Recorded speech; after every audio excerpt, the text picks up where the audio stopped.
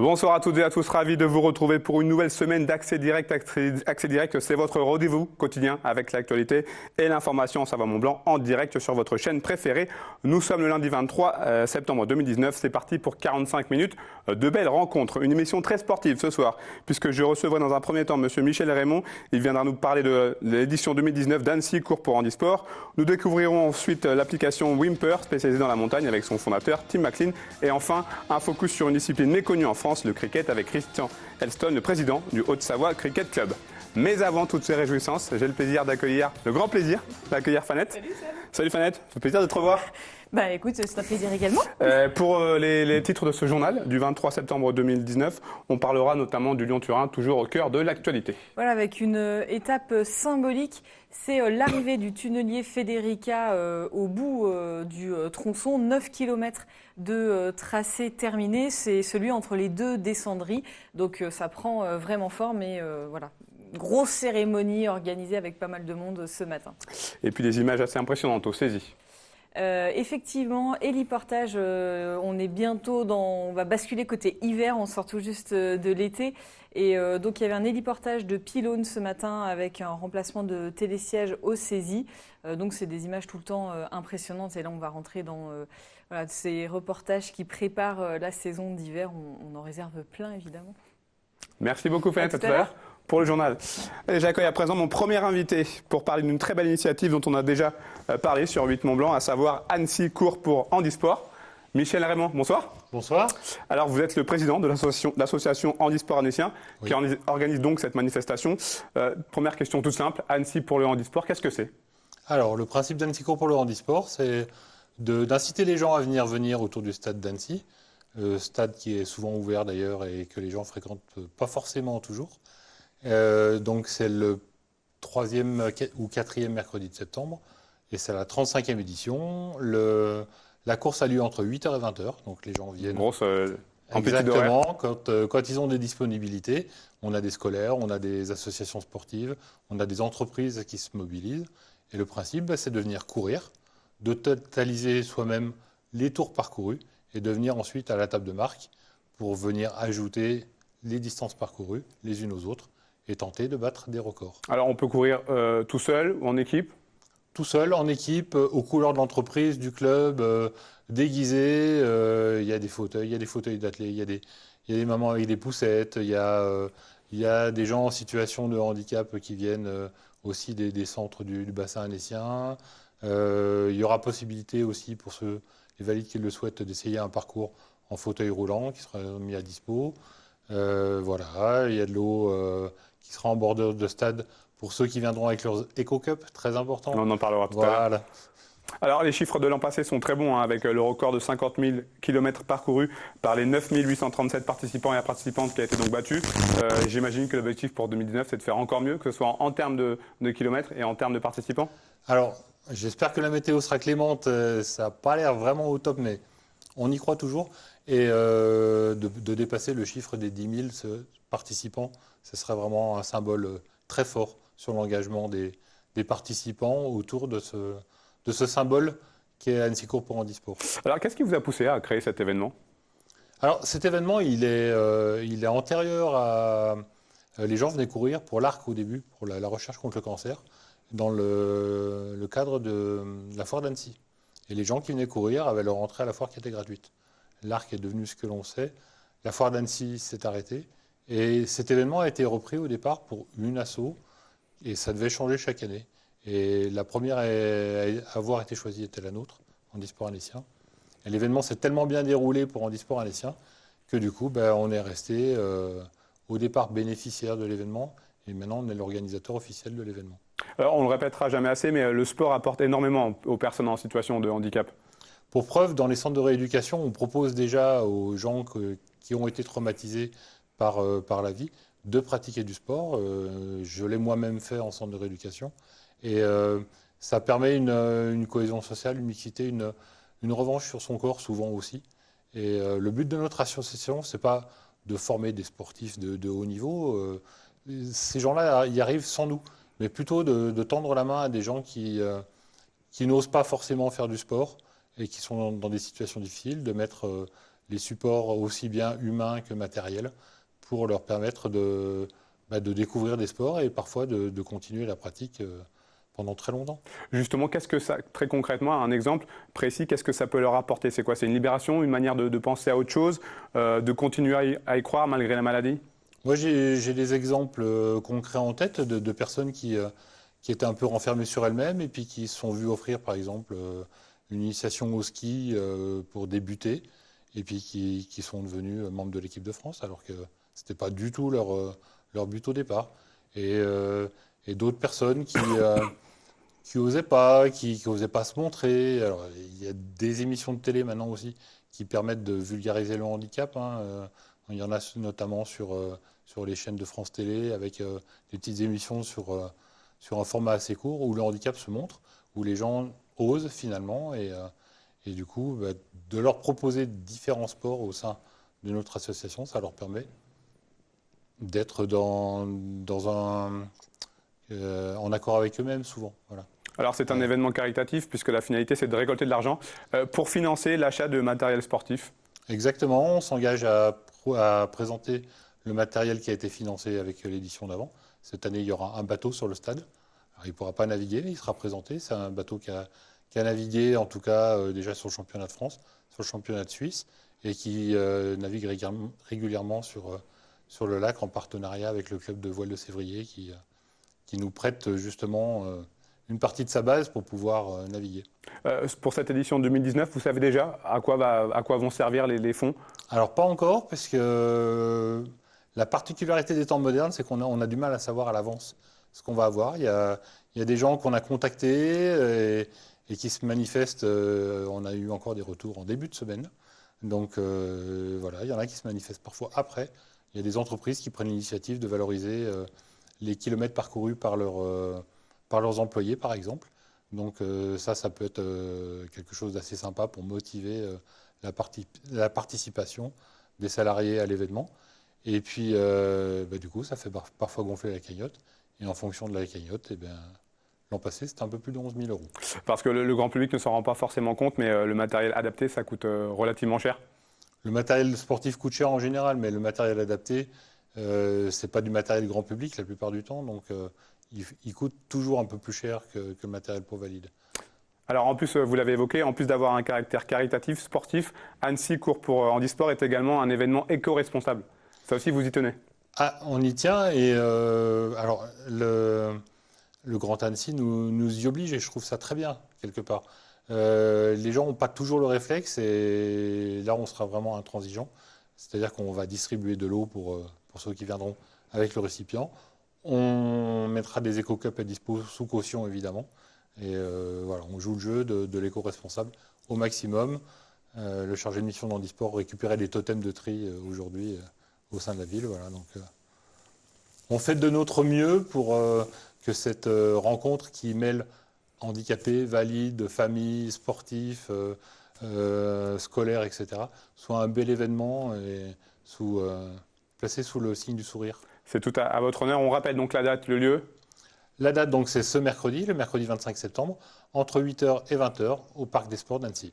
Michel, vous restez avec moi, on va passer à la revue de presse. Alors je ne sais pas si vous avez pu voir cette image assez incroyable qu'on a pu voir sur un réseau social. Merci d'ailleurs à Fanette pour cette trouvaille, avec un arc-en-ciel en totale harmonie, vous le voyez derrière moi, en totale harmonie avec le Mont Verrier. Ça fait des images assez impressionnantes, assez incroyables. C'est une photo d'ailleurs qui a été retrouvée sur le compte Instagram de Science et Avenir. Et puis une conséquence de la faillite de la compagnie aérienne XL Airways dont on a parlé, qui a été déclarée donc en cessation de paiement. C'est un article de France Bleu Pays de Savoie. On apprend que Sébastien Talotti, ancien sportif de haut niveau, originaire de Salanches, avait prévu de participer dans 3 mois à la mythique course La Diagonale des Fous à La Réunion. Il avait donc prévu de partir avec sa femme, ses 2 enfants, le tout pour 4 000 euros de billets. Malheureusement, depuis vendredi, je le disais, donc la compagnie est en cessation de paiement. Ces billets sont donc complètement perdus puisqu'aucun recours n'est possible, annoncé XL Airways. C'est compliqué, c'est difficile quand on est sportif de haut niveau, enfin sportif tout court, de voir ses rêves partir. Je me doute que le financement de cette opération n'a pas dû être simple. J'espère pour lui qu'il avait des partenaires ou même si c'est un engagement personnel, et ça va être des économies de pas mal de temps pour réaliser des rêves. Et malheureusement, comme beaucoup de gens, comme beaucoup de ceux qui économisent pour partir en vacances. Je pense à des familles, parce que XL Airways n'est pas le seul. Hein. Il y a Thomas Cook aujourd'hui aussi, je pense que vous avez entendu. Il y a 600 000 personnes à travers le monde qui doivent être rapatriées. Donc voilà, et puis je pense qu'il y en aura d'autres. Donc courage, j'espère que ça ne brisera pas ses rêves, qu'il en trouvera d'autres, et puis que l'occasion se représentera de retourner avec des compagnies peut-être un peu plus solides. Merci beaucoup Michel Raymond. On va regarder un sujet d'Emmanuel Jaude sur une mobilisation par rapport à la journée mondiale du nettoyage. Ça se passait du côté de Moutier. Sacs poubelles, chasubles, gants, le matériel a beau être rudimentaire, l'envie de faire bouger les choses n'a quant à elle jamais été aussi forte. Face à l'urgence climatique, chaque action compte et c'est bien là le fer de lance des bénévoles qui s'étaient rassemblés pour nettoyer la ville de Moutier. La prévention, c'est très important. Donc après le ramassage, on va débriefer un petit peu sur tout ce qu'on aura ramassé. On va parler un petit peu de la réduction, comment aussi on peut éviter ces déchets-là. On va parler aussi de la durée de vie des déchets une fois qu'ils sont jetés dans la nature. Par exemple, une boîte de conserve, ça peut aller jusqu'à 500 ans. Une prise de conscience qui a poussé la quinzaine de volontaires à s'impliquer davantage pour leur collectivité. D'ailleurs, ce rassemblement a été initié à la demande des habitants eux-mêmes. Malgré leur petit nombre, ils sont bien décidés à faire changer les esprits. J'ai vu l'article sur le journal, comme quoi il y avait l'après-midi environnement, donc je me suis proposé de venir, et voilà, parce que ça me touche beaucoup, tous ces déchets qui traînent dans la nature, quoi. Parce que bon, les gens, ils sont irrespectueux, ils jettent tout, voilà. Nous, on fait de la montagne, moi je fais beaucoup de vélo, je jette aucun déchet. On va en montagne, on met tout dans le sac, on redescend tout, on les jette à la maison, et voilà. J'espère que dans l'avenir, ça augmentera et que tout le monde soit conscient du problème, quoi. Mégots, cartons, plastique, la récolte de l'après-midi n'a rien de reluisante. Mais c'est pourtant le sourire aux lèvres que les courageux nettoyeurs ont effectué leur devoir, convaincus de l'impact de telles initiatives. De retour sur le plateau d'Accès Direct, on passe notre rubrique montagne avec monsieur Tim McLean, je dirais même montagne 2.0. Bonjour à vous, vous êtes le fondateur de Wimper, une application destinée aux usagers de la montagne. Déjà une première question d'ordre sémantique, Wimper, qu'est-ce que ça signifie ? Eh ben, d'abord bonjour et merci de nous recevoir. Wimper, en fait, on s'est inspiré d'un pionnier de l'alpinisme, Edward Wimper, qui est bien connu autour de Chamonix et dans les Alpes. Donc c'était un Anglais il y a 150 ans et qui est venu et qui a lancé le mouvement de l'alpinisme et de la montagne. Donc il a gravi le Cervin ou l'Aiguille Verte à Chamonix en premier. Alors, parlez-moi un petit peu de cet outil donc, que vous avez créé il y a bientôt 3 ans. D'où elle vient cette application? J'imagine du vécu? Ouais, en fait, à la base, on l'a créé avec mon cousin. Xavier, donc nous on est originaire de Chamonix en fait, puis on faisait de la montagne et puis juste en pratiquant on se dit c'est dommage en fait, on n'a pas d'app qui nous permettent en fait de trouver toute l'information dont on a besoin pour aller découvrir de nouveaux endroits en montagne ou les partager. Et à partir de là, en fait moi à l'époque je bossais chez Apple, on a grandi l'idée, travaillé dessus et puis au bout d'un moment on s'est dit il y a vraiment du potentiel, donc moi j'ai démissionné, je suis revenu à Chamonix pour me mettre à fond sur ce projet en fait. Quelle information on peut y trouver? Très précisément. Aujourd'hui, on trouve plus de 40 000 descriptions d'itinéraires, de la rando à l'alpinisme, en passant par le ski de rando ou l'escalade. Donc, comment arriver au point d'accès, monter, descendre. Autour de ça, il y a un outil de cartographie. Donc, on peut localiser les sommets autour de soi ou naviguer pour se trouver des idées, filtrer, dire moi je veux faire de la rando, puis voir en fait ce qui est disponible. L'idée c'est très simplement et intuitivement trouver toute l'information dont on a besoin. Donc on a aussi la météo, on peut acheter la carte IGN, donc tous les éléments que normalement on va piocher en tant que montagnard un peu à droite à gauche dans ses livres, sur le net, via ses amis, on le retrouve dans l'app. Et il y a l'aspect communautaire en fait qui est aussi très important, donc les gens postent. Donc c'est comme un outil social, comme un Insta, comme un Facebook, pour aussi trouver ce type d'informations et pouvoir échanger avec la communauté. C'est important ce côté communautaire, j'imagine?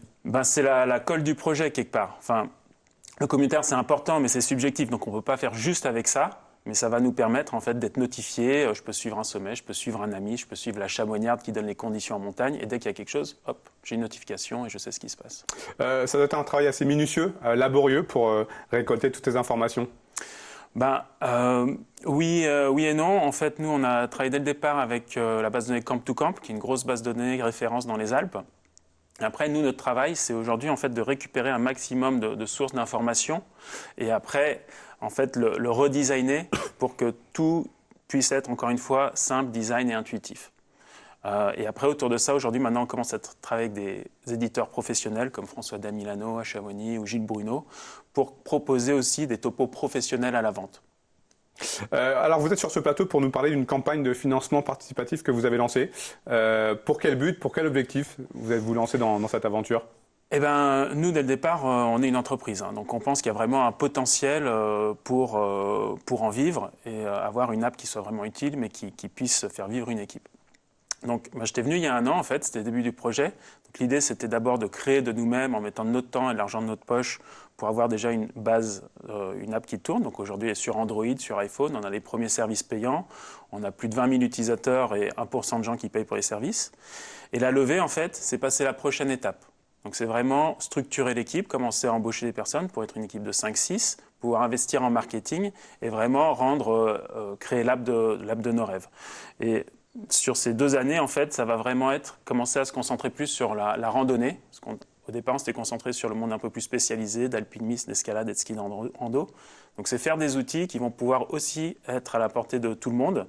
Et après, utiliser l'argent qu'on va lever pour investir en marketing et grandir, pas seulement dans les Alpes, mais au niveau européen et à terme au niveau des États-Unis. Alors ça se passe sur le site sowefound.com.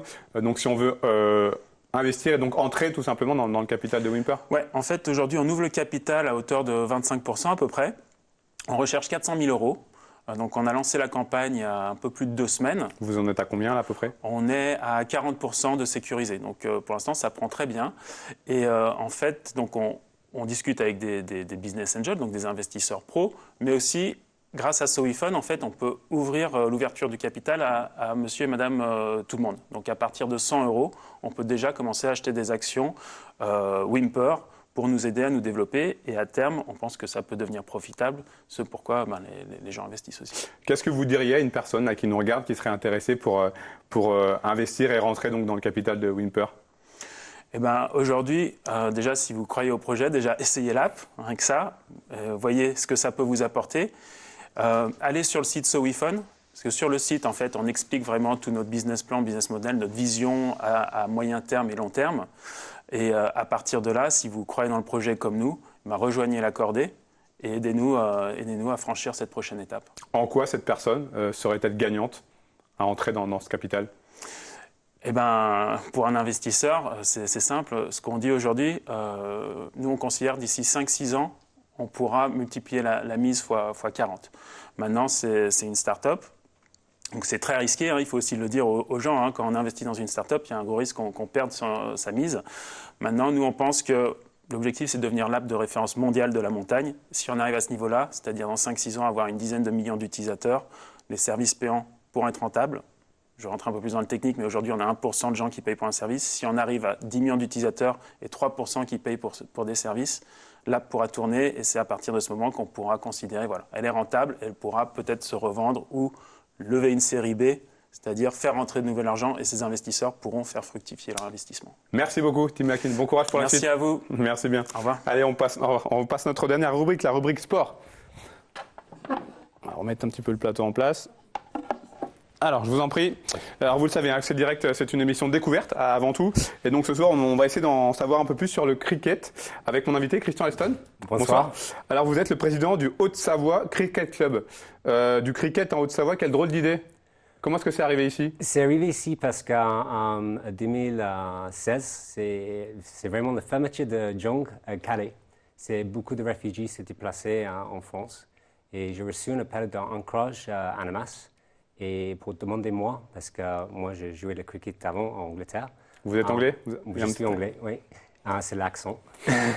Demandez-moi pour passer, pour voir les jeunes, c'est 16 ans, 17 ans, 18 ans, pour jouer le cricket avec. Ce sont des personnes qui venaient d'où ? Pakistan, Afghanistan ? Afghanistan, Bangladesh. Et moi, j'ai commencé à passer à Annemasse une fois par semaine pour jouer le cricket avec des gens. Ce sont d'ailleurs des pays dans lesquels le cricket est assez populaire. Oui, c'est tout le pays Commonwealth, Pakistan, Afghanistan, Inde, Australie, Afrique du Sud, tout ça. Par contre, maintenant, c'est 105 pays mondiaux jouer le cricket. Alors, vous avez donc décidé de créer cette association, qui est donc devenue ce club. J'imagine qu'il y a un sentiment de fierté d'avoir réussi cet objectif, ce rêve ? Oui, c'est un peu bizarre pour moi parce que j'ai jamais pensé à. Je fais le cricket en France. J'arrive ici pour faire le ski et tout ça. Et maintenant, je joue le cricket. J'ai très heureuse les gens qui adorent le cricket. Pour tous les réfugiés, l'Afghanistan, Pakistani, c'est comme la religion. C'est deux choses. C'est la religion et c'est le cricket. C'est le sport numéro 1 Oui, là-bas. oui. Parce qu'au mondial, c'est le deuxième. Deuxième sport en termes de licenciés. Oui. Alors, donc, je le disais en introduction, le cricket, on peut dire, souffre d'un réel déficit d'image en France. Comment on peut expliquer qu'ici, dans notre pays, ça ne prenne pas? Vous qui êtes anglais, qui connaissez parfaitement ce sport. Oui, oui, c'est très difficile pour expliquer. C'est le premier mot, beaucoup de gens disent, c'est comme le baseball. Ça ressemble à première vue. C'est le raison parce que c'est une balle et c'est une batte. Et après ça, c'est très différent. C'est un peu comme le foot, c'est deux équipes de 11 joueurs. Par contre, comme le visuel là, tu lances la balle et c'est le batteur frappe la balle. Et tu gagnes le point. Et c'est les deux équipes faire une manche de défendeur, une manche d'attaquante. Et c'est la personne qui prend beaucoup de points à gagner le match. Alors, c'est un sport qui a la particularité d'avoir des matchs qui peuvent durer très longtemps. Oui, c'est vrai. C'est comme Angleterre-Australie, la dernière semaine, jouer le test match. Ça, c'est 5 jours. 5 jours? Oui, c'est 5 jours. Par contre, c'est pas une fois. Il fait 5 matchs de 5 jours pour arriver à le gagnant. Et après tout ça, c'est 2-2. Parce que au final, on n'a pas réussi à se départager. Oui, exactement. C'est comme ça. Et par contre, c'est le plus court. C'est 20 séries de 6 balles. Et ça, c'est le plus populaire maintenant mondial. C'est comme le pantalon en couleur, c'est pas en blanc. Ça, c'est le plus populaire maintenant. Alors, vu l'extérieur, ça semble un petit peu difficile, compliqué à comprendre. Mais vous nous avez expliqué les principales règles. C'est voilà, un lanceur, un batteur. Au final, c'est un sport qui peut être accessible? Oui, oui, c'est un sport très social, très amical. Par exemple, un match comme ça, la moitié du match, après une manche finie et le deuxième commencé, tu manges ensemble avec l'autre équipe et c'est un sport très sympa pour moi, oui. C'est difficile pour comprendre. Par contre, c'est pour ça maintenant je fais l'équipe en Annecy. Je fais l'entraînement pour essayer pour trouver le nouvel joueur, le débutant, pour expliquer les règles et pour partager mon passion. Alors, pour en revenir à vos joueurs réfugiés, pakistanais, afghans, des joueurs du Bangladesh, qu'est-ce qu'ils apportent justement à votre club? Leur expérience du sport? Leur connaissance? Ouf, pas beaucoup, hein. C'est impressionnant. Hein. Pas beaucoup de joueurs connaissent beaucoup de règles. Et pour moi, j'ai besoin. C'est bon pour moi parce que je fais l'entraînement avec les joueurs. Tous les joueurs aiment le sport. Ils voient le sport sur Facebook toute la journée. Quand il arrive avec Facebook, il voit le sport à Pakistan et tout ça, jouer le cricket. Par contre, c'est le premier match en France pour beaucoup de joueurs. C'est la première fois qu'il a joué avec une balle lourde comme ça. Elle est en quoi? Quelle matière cette balle? Ça, c'est un peu de liège dedans et c'est le cuir de l'extérieur. Et vous avez le couture là pour faire l'effet avec la balle. Et c'est 160 grammes. C'est un peu lourd comme un baseball. Le 11 août dernier, vous avez organisé une rencontre contre une équipe du Rhône. Alors, si je ne dis pas de bêtises, c'était le premier match de cricket à Annecy.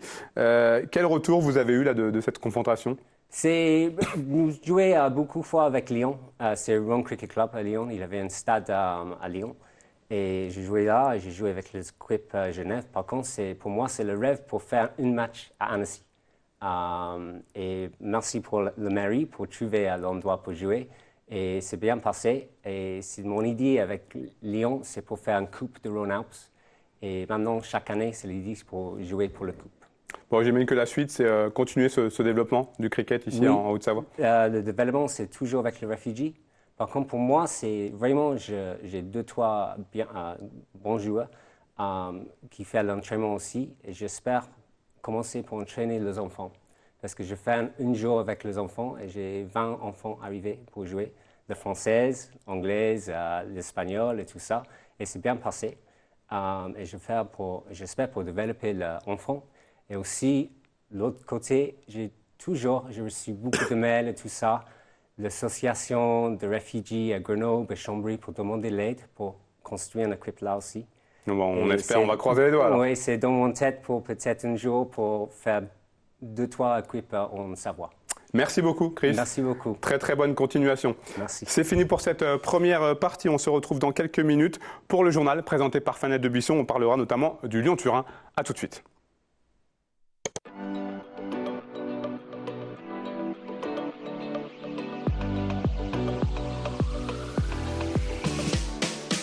Bonjour, très heureuse de vous retrouver en direct sur la page Facebook de 8 Mont-Blanc. Nous allons essayer de vous faire partager la Via Ferrata en direct live sur Facebook.